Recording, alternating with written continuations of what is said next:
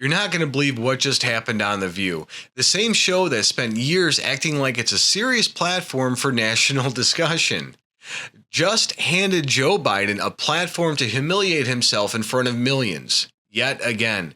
So now Biden was supposed to sit down with his wife, Jill, to reflect on his so-called legacy, but instead, America got a front row seat to something a whole lot worse.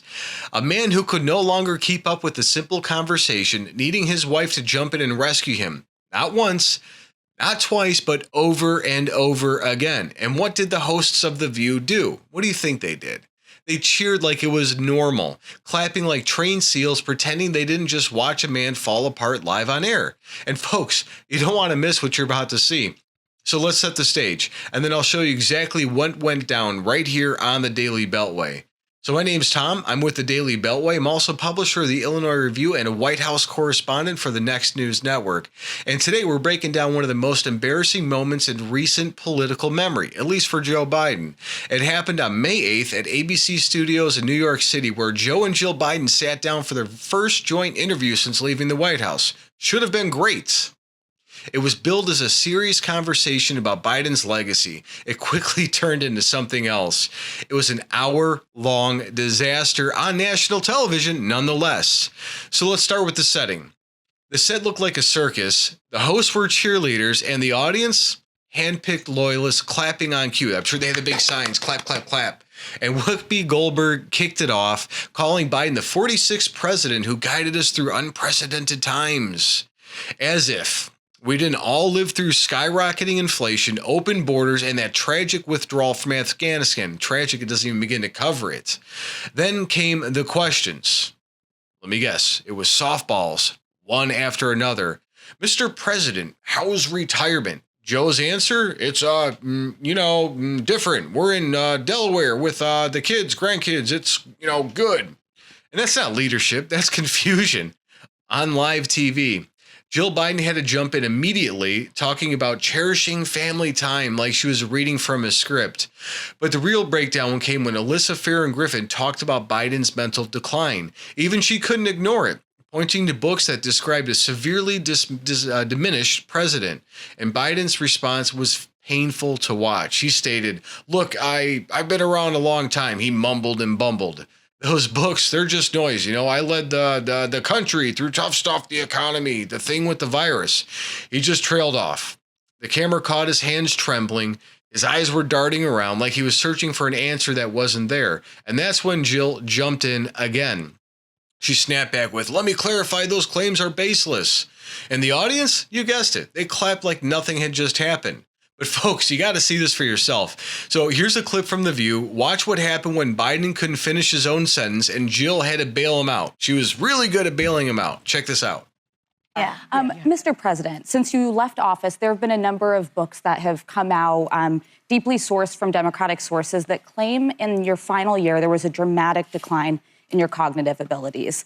Nice in the final year of your presidency. What is your response to these allegations, or are these sources wrong? They are wrong.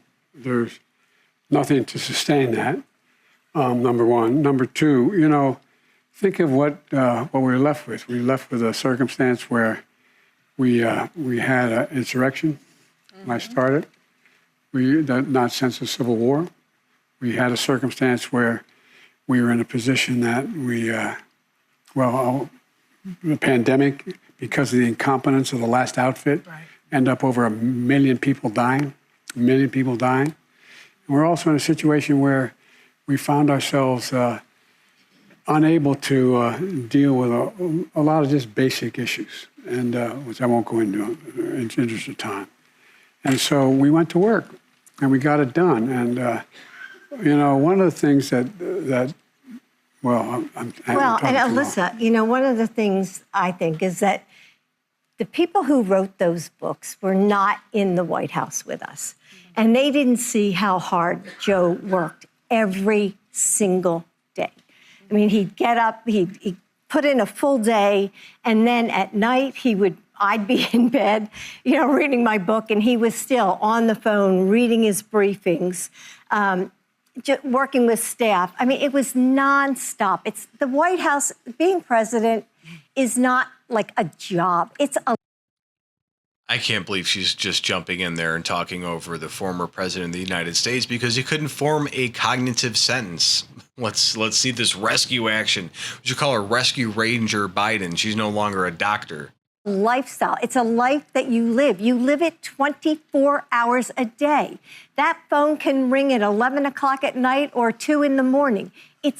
Joe was sleeping at 2 o'clock in the afternoon, 8 o'clock in the morning, 5 o'clock in the morning.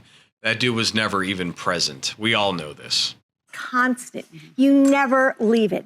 And Joe worked really hard. I think he was a great president. And if you look at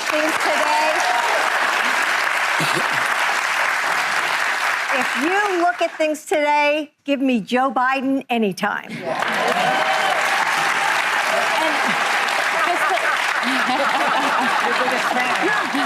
That's worth the invitation to come to the show.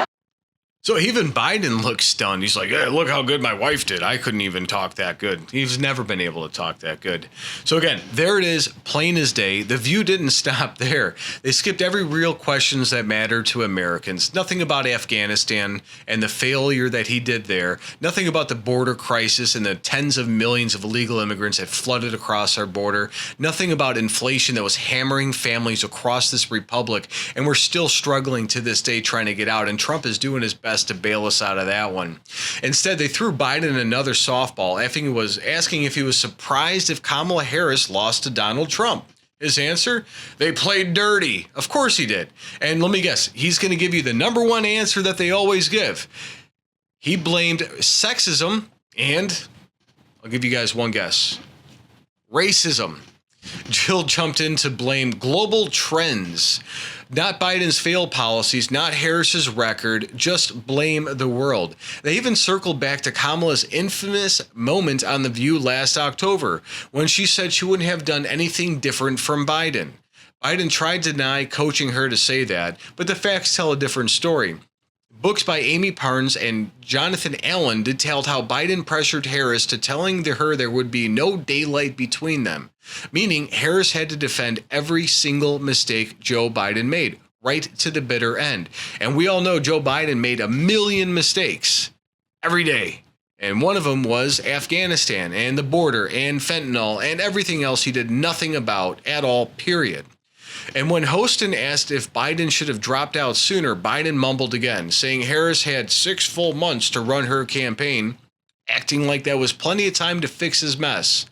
Newsflash, it wasn't. And the American people knew it.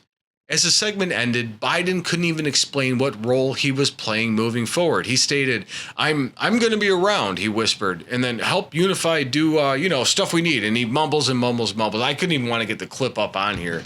And so once again, Jill Biden had to step in. And she said, Joe's a mentor, a voice for unity, desperately trying to clean up one last time. And what we witnessed wasn't just failed leadership. It was a man fading before our very eyes, while his wife and a panel of loyalists tried to cover it up again. We know the truth, and America deserves better, and we got the literal ultimate upgrade with Trump. And I'm going to leave you guys with this today. So, the American Republic doesn't belong to media elites or political families hanging on to power. It belongs to you, the American citizen. And what you just watched on The View, that wasn't journalism, it was propaganda. Joe Biden, a man who once held the most powerful office on earth, couldn't even get through a scripted interview without falling apart.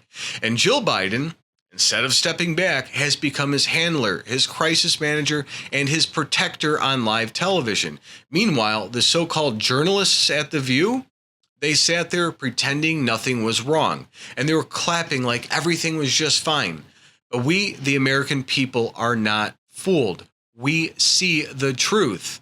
And that's why we must stay informed, stay engaged, and never let the media tell us who's fit to lead the republic. Again, guys, I'm Tom with Daily Beltway. Thanks for watching, and I'll see you guys next time. Hit that subscribe button if you're still here. Thank you.